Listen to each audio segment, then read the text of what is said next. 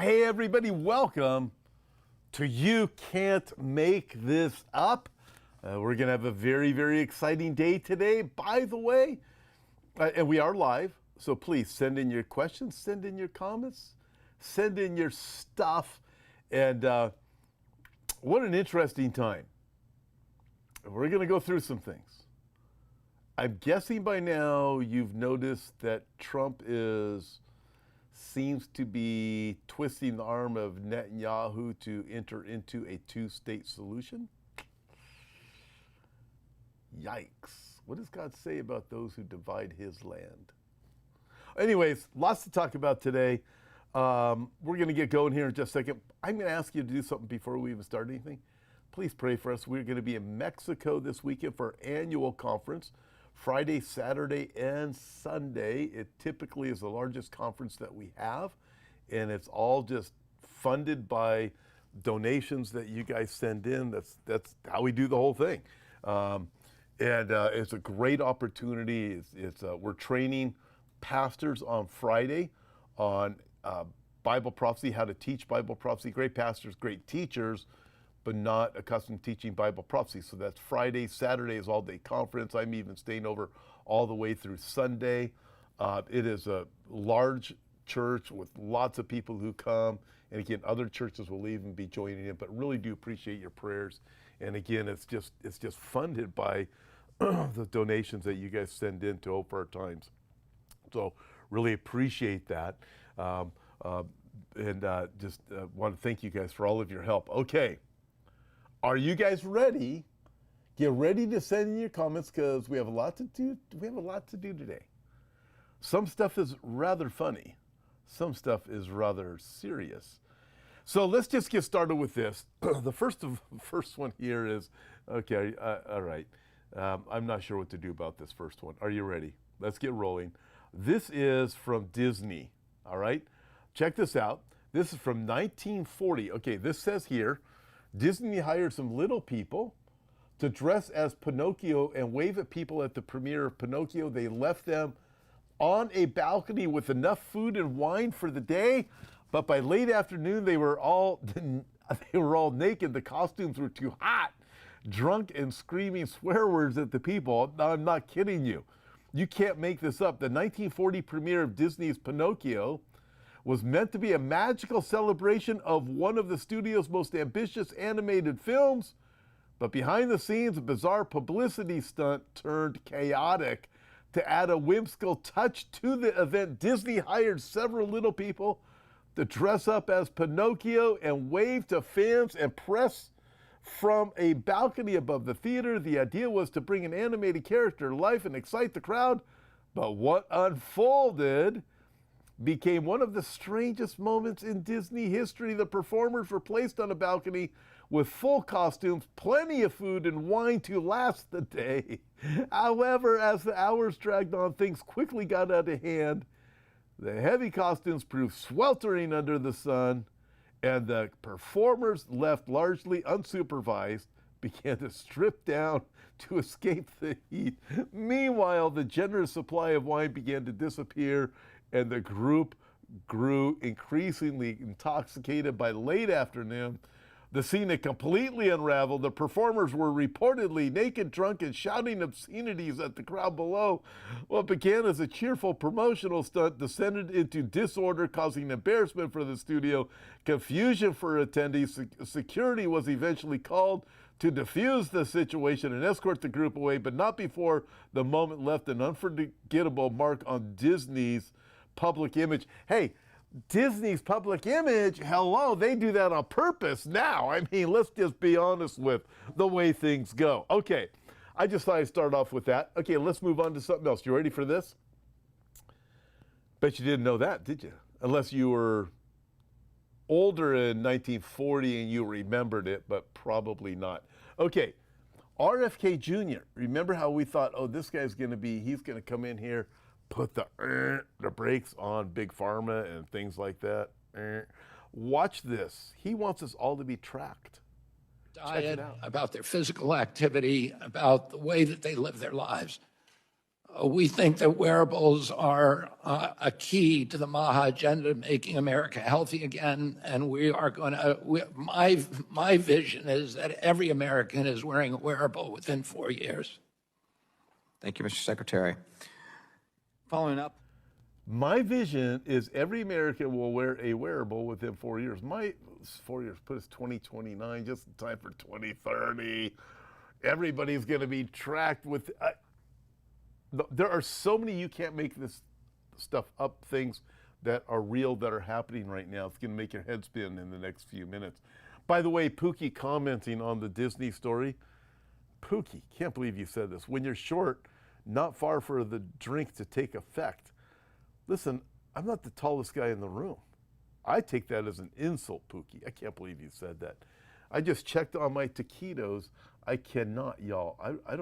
I'm not sure I get that, says Simbex. Okay, I'm sure I just choked on my taquito. I just checked. Somebody misspelled something. Sorry about that, Simbex 007.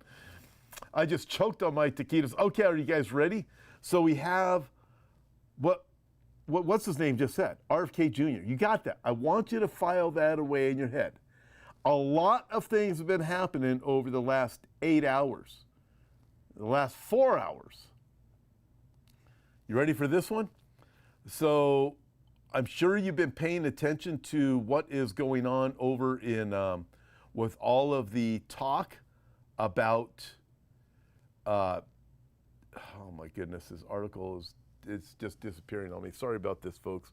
I'm gonna have to just do this from my memory.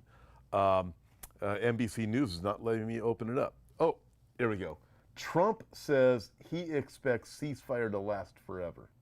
Okay, check this out. In an executive phone interview with NBC News tonight, Trump called the ceasefire between Iran and Israel that he announced marked a wonderful day for the world, in my opinion. It's a great day for America. Hold on one second. It's a great day for the Mideast. I'm very happy to have been able to get the job done. A lot of people were dying and it was only going to get worse. It would have brought the whole Mideast down. Asked how long the ceasefire would be, Trump said, I think the ceasefire is unlimited. It's going to go forever. Yeah, listen. For you guys, because I know most of you track Bible prophecy and stuff, I look at this and think to myself, are we really going to have a ceasefire that lasts forever? Yes, we are. And you know when it's going to happen? When Jesus comes back at the end of the tribulation. Between now and then, we're going to have a whole bunch of fake ceasefires, fake peace agreements. Listen, I'm going to get into it in my news program that's coming up in a couple of hours. But Trump administration is putting some pressure on Netanyahu for a two-state solution. I remember mentioning that like a month ago and being reprimanded by certain people. I won't mention anybody's name. How dare you say something like that's absolutely not true. That's not what's going on. And now we're watching this. Listen, this is just unbelievable. But I watched the different dynamics of everything that is taking place. Unbelievable. To see the speed at which we are going into these fake peace agreements, pushing Israel into doing things that God says, this is not going to go well. What does God say? For those who seek to divide the land of his land, he goes, those who seek to divide my land, I will judge every nation that does it. All right, I have a lot more to say about this. I'm going to talk mostly about that coming up in my breaking news because, friends, there's things that we need to be alerted to. I'm very, very, very concerned as we are watching the world gather to impose peace upon the land of Israel. It's very troubling, very troubling. And to divide the land, very troubling. Autobon says, how do we clarify to people that we don't blindly support the government of Israel, but rather support God's holy land of Israel? That is a great question, Autobon. By the way, I have a new book out because, in fact, I'm trying to do this as clearly as I can.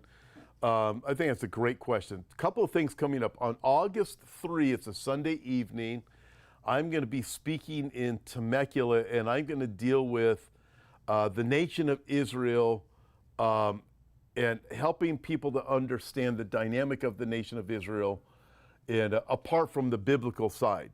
Why would you support Israel if you don't have the Bible? So I'm going to do it from a non-biblical perspective, the things that we just need to know. It's understanding certain specific things I'm not going to get into right now, but I keep getting questions about this one. Don't you know it's synagogue of Satan? Don't you know they're not really Jews? Don't you know this? Don't you know that? Don't you know that Israel today was founded by the Rothschilds and has nothing to do with God and all of these things? So I'm going to deal with those things on August 3 on Sunday evening, 5 o'clock p.m. Pacific time. It will be live streamed. It's going to be in Temecula, California. I'll also be taking questions. But I want to deal with those and also deal with why would you support Israel if you don't have the Bible? Okay, so I want to go to that. And it came from not just the questions that I get hit up with every single day and people who email my wife telling her to tell her husband, me, that I need to read the Bible because if I read the Bible, I would never support Israel. So I want to deal with those things. But also the Tucker Carlson and Ted Cruz debate or whatever it was. I'm not sure what it was. I wasn't impressed with either one of them. Listen, I want to put the things out there and help people to understand apart from, we got to know something other than just Genesis chapter 12, verse 3, right? Where God says, I'll bless those who bless thee, I'll curse him who curses thee. Listen, we got to know more than that. All right. Now, back to Autobons' question. Can you put that back up there again? Autobons' question is, we'll get it. I think we'll get it. Where did Autobon's question go? There it is. How do we clarify to people that we don't blindly support the government of Israel, but rather support God's holy land of Israel? I think that's a great question. So I have a new book coming out. And many of you already know it, and it's not going to be sold on Amazon. It's not going to be sold in Hope for Our Times. It's not going to be sold anywhere. But it is for people who do support Hope for Our Times, just with donations. It's for those of you who have supported us in 2025 up to even now. It's coming out, I think, on Monday or Tuesday of this week. So you'll get it if you have financially supported us. But it's just my thank you to you. But in that book, I'm dealing with the land of Israel and God's eternal plan. And I deal with this exact thing. I think there's a problem when we just blindly support the government of Israel. I think there's a problem, listen, not just blindly supporting Israel, but blindly supporting the government of any nation. I don't blindly support everything that the United States of America does. So when we look at this dynamic of these things, it's how do we've got to put on our brain and understand all of the different dynamics of what is going on with Israel. What was God's plan for the nation of Israel? What's God's present plan for the nation of Israel? What was it in the past? What is it in the future? What does it mean to support Israel? Does it mean that we support everything that their government does? What does it mean when I say I stand with Israel? But I have 15 different chapters in it, and I go, it's just loaded with scripture, and it's actually I didn't write it based on the current environment.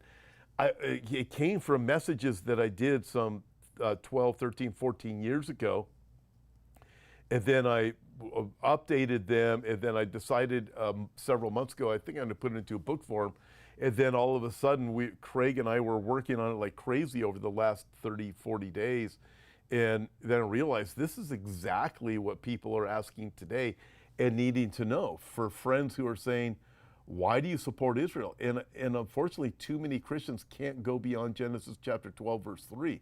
So what I did is I have tons of scripture in it, chapter after chapter, 15 different chapters to really help people. I made it's easy to read, it's enjoyable to read, it's a fast read, and but I just wanted to make sure that people had it available to them, and so that's what that's about. But it is to help answer specifically, really, that question that Autobon asks, but really going through it, what does the Bible say? On August 3, I'll just be dealing with the subject from the non-biblical side about the nation of Israel. God's Child Forever says, is the billboard that is all over Israel a pic of the 10 kings? I'm not sure what billboard is all over Israel, but I do know about the billboard that's all over the place. I know there's one up in San Francisco, and I'm guessing perhaps that's what you are referring to. And it's this billboard. I'll pull it up here for you in a second. I had it in my news program last night. Let me get it here again. I also, I'll get it here.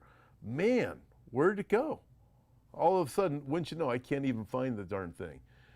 Did I just say darn publicly? Okay, I'm going to get to it. Give me just a second. I got sidetracked, everybody, but I will come up with it. Give me 1 second here. It is, I'm guessing it's this billboard right here that says it's from the Israeli Coalition for Regional Security, made up of over many senior officials, has launched a new billboard campaign calling for a regional alliance between Israel and its neighbors. With the Iranian threat now pushed back from Saudi Arabia and the Gulf, this vision is now closer than ever. Once the war in Gaza winds down, expect new alliances. I'm guessing it's this one, the Abraham Alliance. It's time for a new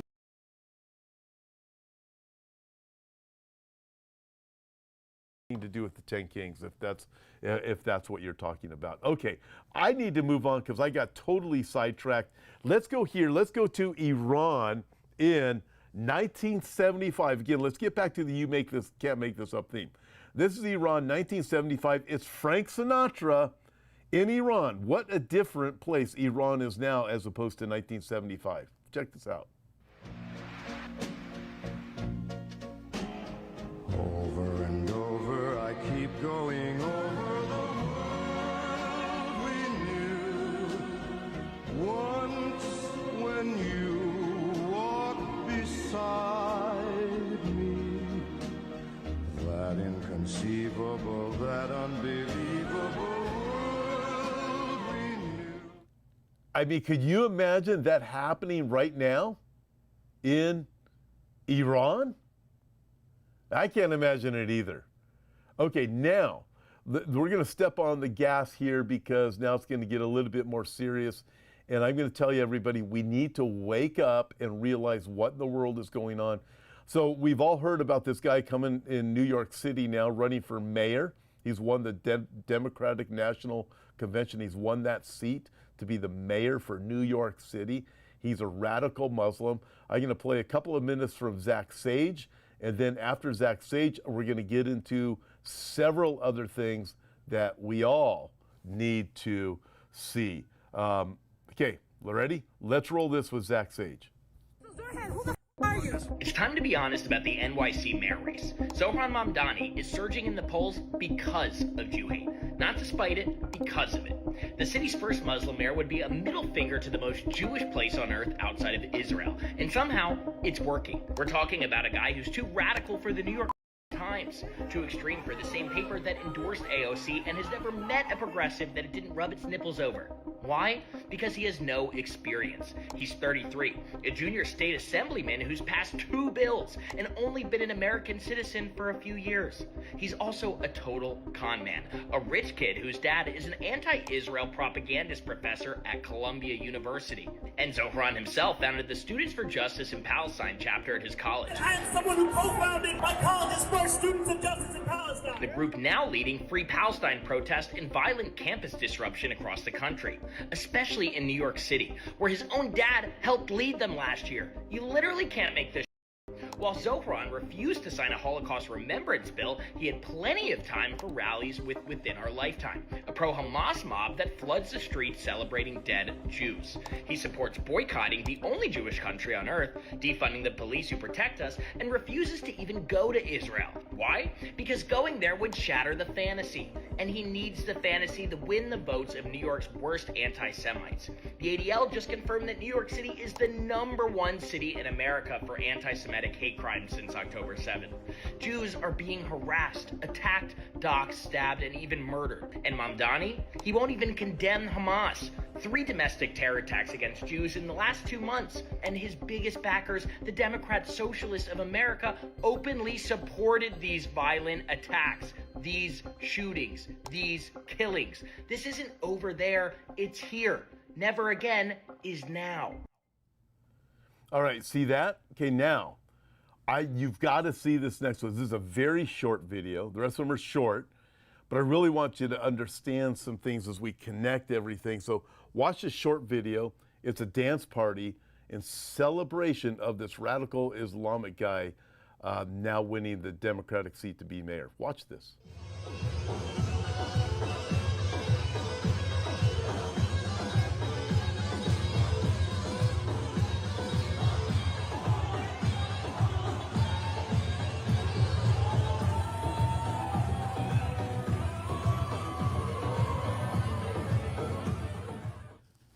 All right, so what do you see? I'll tell you what I saw. A bunch of idiotic white people that have no clue these women are going to be wearing hijabs. That's what they don't get. They don't get it. I mean, seriously, these people are unbelievably blind to what they are doing. And you look at this and you go, you can't make this up. All right, you ready for the next one?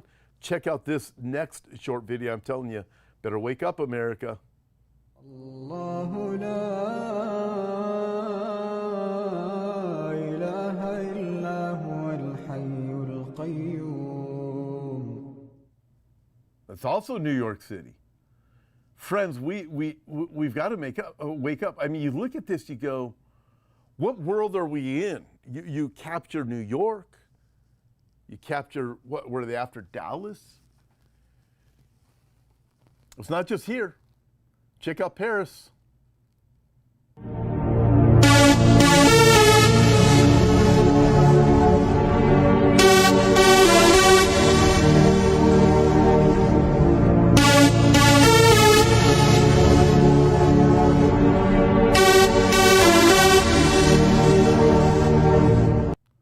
Yeah, push her down the stairs. So there you go, right?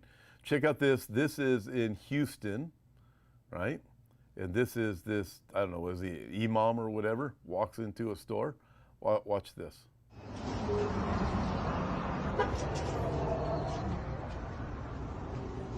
Assalamualaikum. Assalamualaikum. Mashallah. Alhamdulillah. Alhamdulillah. Assalamualaikum. You're Muslim, right? Mashallah. You know, as a merchant, you have every legal right to sell whatever you want. But as a Muslim, I have a responsibility to tell you, to educate the people and let them know that as a Muslim, you shouldn't sell haram. There's the alcohol, the pork, the gambling, it's all against Islam. And so I'm just letting you know. So yeah, it's just like the pressure and the pressure and the pressure. Listen, this is what you're going to do. So do we understand what in the world is really going on? If we can look at Europe and go, okay, everything's just been blown open over there in Europe. So I got a couple of pictures for you. Just something worth looking at. Check out this first picture. Statue of Liberty. There you go. Thank you, Donna from Canada, for sending that. Welcome to New York. There you go. I mean, here's the reality of what we're looking at. And this next one is regarding Canada and sleeper cells. Well, look at this. Canada Border Agency investigating dozens of cases of potential IRGC officials allowed in. 3 people have been found ineligible to remain in Canada in recent years for being senior officials of the Iranian regime. 3 out of hundreds. So you look at this and you look at America and you think, okay, I don't know how many are in Canada. I don't know what Canada really plans to do about all that. But I do know here in the United States, it's well known. It's been reported for years. So here's 2025. Back in 2001, sleeper cells were being reported on here in America. Have any of them been found? I read today that 11 Iranian operatives were found somewhere and arrested. 11. If that's all, if Avi Lipkin is right, we literally have thousands upon thousands upon thousands and thousands and thousands all over America. These Islamic sleeper cells? I don't know.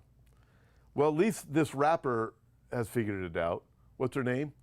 Iselia says, I'm out. Rapper Iselia Banks ditches UK Music Fest over pressure to support Palestine. I'm not putting on a hijab. Iselia Banks, he withdraws from UK festivals. At least somebody does something, right? You know, you look at this, you're going, man, I can't believe it. All right, let's move on. Let's move on from here. Let's just talk for a minute about the reality of the world that we are living in. Folks, I mean, usually this program is full of humor. I got a little bit more humor coming up here in just a second. But we got to look at things and look at the reality of where we are going. In the last 8 to 12 hours, all of a sudden we're launched into Israel's going to be forced into peace. I'll say something else. I read all these things about the Rothschilds and the Zionists and the Zion protocol and all this stuff. I've been reading this stuff for years. People send it to me as if I need to read it because I've never heard of it before. It's totally ridiculous. And there's people out there all over the internet that have huge social media followings, into the millions upon millions, that say little tiny Israel is dictating to the United States of America what the next step is going to be. Friends, it's exactly the opposite. Israel is being used as a puppet and used as this tool in the Mideast to do the bidding of what appears to be the West, and then gets slammed on and have a peace covenant imposed upon them to divide the land of Israel. I'm looking going, unbelievable. Unbelievable what's happening right now. Isaiah chapter 28, listen to this, and then we'll get to the funny stuff in just a minute. But in Isaiah chapter 28, the prophet Isaiah writes this. Says, hear the word of the Lord, you scornful men who rule Jerusalem. Because you have said, we have made a covenant with death, and with Sheol we are in agreement. So it's talking about the people who are running Jerusalem. Politicians, think Knesset, leaders in Jerusalem. This is, I believe, Isaiah chapter 28. It also it connects with Daniel chapter 9 and the covenant of Antichrist, right? Where that covenant is broken at the midpoint of the 7 years, right? We know that one. I believe Isaiah chapter 28 it's the same thing, right? It comes at a time when there's wicked people that are leading, scornful people leading Jerusalem. They enter into an agreement with death and with the devil. Why? Is to avoid the overflowing scourge. And what the leaders say is it will not come to us. And they say we have made lies our refuge. Under falsehood we have hidden ourselves. In other words, to avoid the terror that's coming, we're going to enter an agreement that we know is a lie, but we're going to do it anyways because we've got to save ourselves. And if the leaders out there force it on us, we're going to go along with it to avoid the scourge. God says, verse 18, Isaiah 28, your covenant with death will be annulled. Just like Daniel chapter 9, the covenant of Antichrist being annulled at the midway point, right? Your covenant with death will be annulled. Your agreement with Sheol will not stand. When the overflowing scourge passes through, in other words, when it comes to Israel and Jerusalem, as often as it goes out, it will take you from morning by morning. It will pass over, and by day and by night, it will be a terror just to understand the report. The terror is to avoid, this scourge is talking about avoiding this great terror that is going to come upon the people. In Matthew chapter 24, Jesus talks about the time you better flee from Judea. You better hope that your flight is not on Shabbat. You better get out of there as soon as you see the abomination of desolation take place. You know that the terror is coming upon the people. Listen, right now, as we look at everything that is taking place there, to put pressure on Israel to enter into a covenant. In fact, in Daniel chapter 9, where it says, it talks about the Antichrist will confirm a covenant with many for 1 week. That word confirm means to make strong. Some have said for years, they've said it implies not just make strong, but impose it upon Israel. I'm telling you, folks, there is this peace that is being imposed upon Israel. We have Europe and leaders are involved in it now. They're all saying it's wonderful. This is great. What's Gaza going to become like? You know, there's now this peace covenant coming. Another ceasefire coming to Gaza. Israel's in trouble. I'll tell you right now, Israel's in trouble. But God is going to isolate Israel because He's getting their attention. He's going to turn Israel to the point of turning to Him for their salvation. Pookie says, did Iran move much of the merchandise, the artillery and tech to an alternative area just before Trump set the B2 vitamins to abolish the 3 future golf courses in 1 hole each to start? Oh, that's pretty funny, Pookie. So this one, this is speculation. I don't know for sure. But if you go back just a little over a week, what happens? China sends in 20 cargo planes. I'm assuming they were empty. They fly into Iran. They're cargo planes. So that means they left Iran with something, right? I would assume they left Iran with Chinese scientists that were there working on the nuclear things and would have left with some equipment. Also, it's interesting, 400 kilograms of uranium are missing, and Iran says we have it. The Iranian regime does. So that means it was taken out before the bombs were dropped. Listen, just a thought, did the Trump administration let Iran and China know, hey, and Russia know, we're going to drop these bombs on these 3 sites? Clear off your stuff before we get there. All right. I'm going to show you a funny video because this hasn't been very funny. You ready? Watch this. This is a funny video. And it's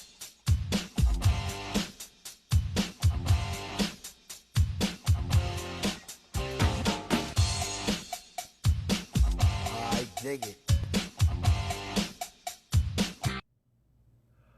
I think I need to watch it. Can I see it one more time? I need to see it one more time. Can we watch it one more time? That's kind of what I feel like at this moment.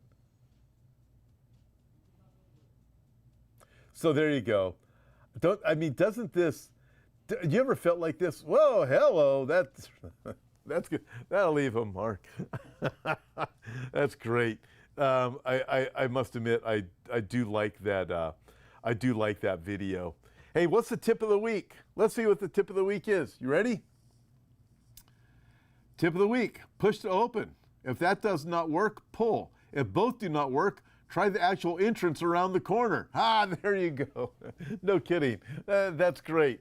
Hey, thank you for joining me today. By the way, we have a brand new Experience Israel video that just posted today over on our Experience Israel YouTube channel. Go over there, check it out.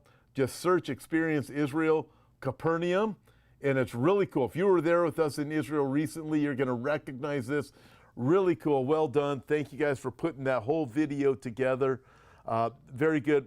Again, go over there and also subscribe to our Experience Israel video channel. It's a tour channel. We're going to be posting a lot more on there. And look forward to just having you guys join us over there. Also, listen, please, again, pray for us in Mexico. We're going to be there Friday, Saturday, and Sunday for our annual conference. Have a cup of You Can't Make This Up coffee while you're wearing the You Can't Make This Up hat and your You Can't Make This Up shirt. And listen, also, we have a conference coming up in Santa Barbara in Texas. Check them out on the HopeForOurTimes.com website. God bless you guys. And we'll be talking to you soon.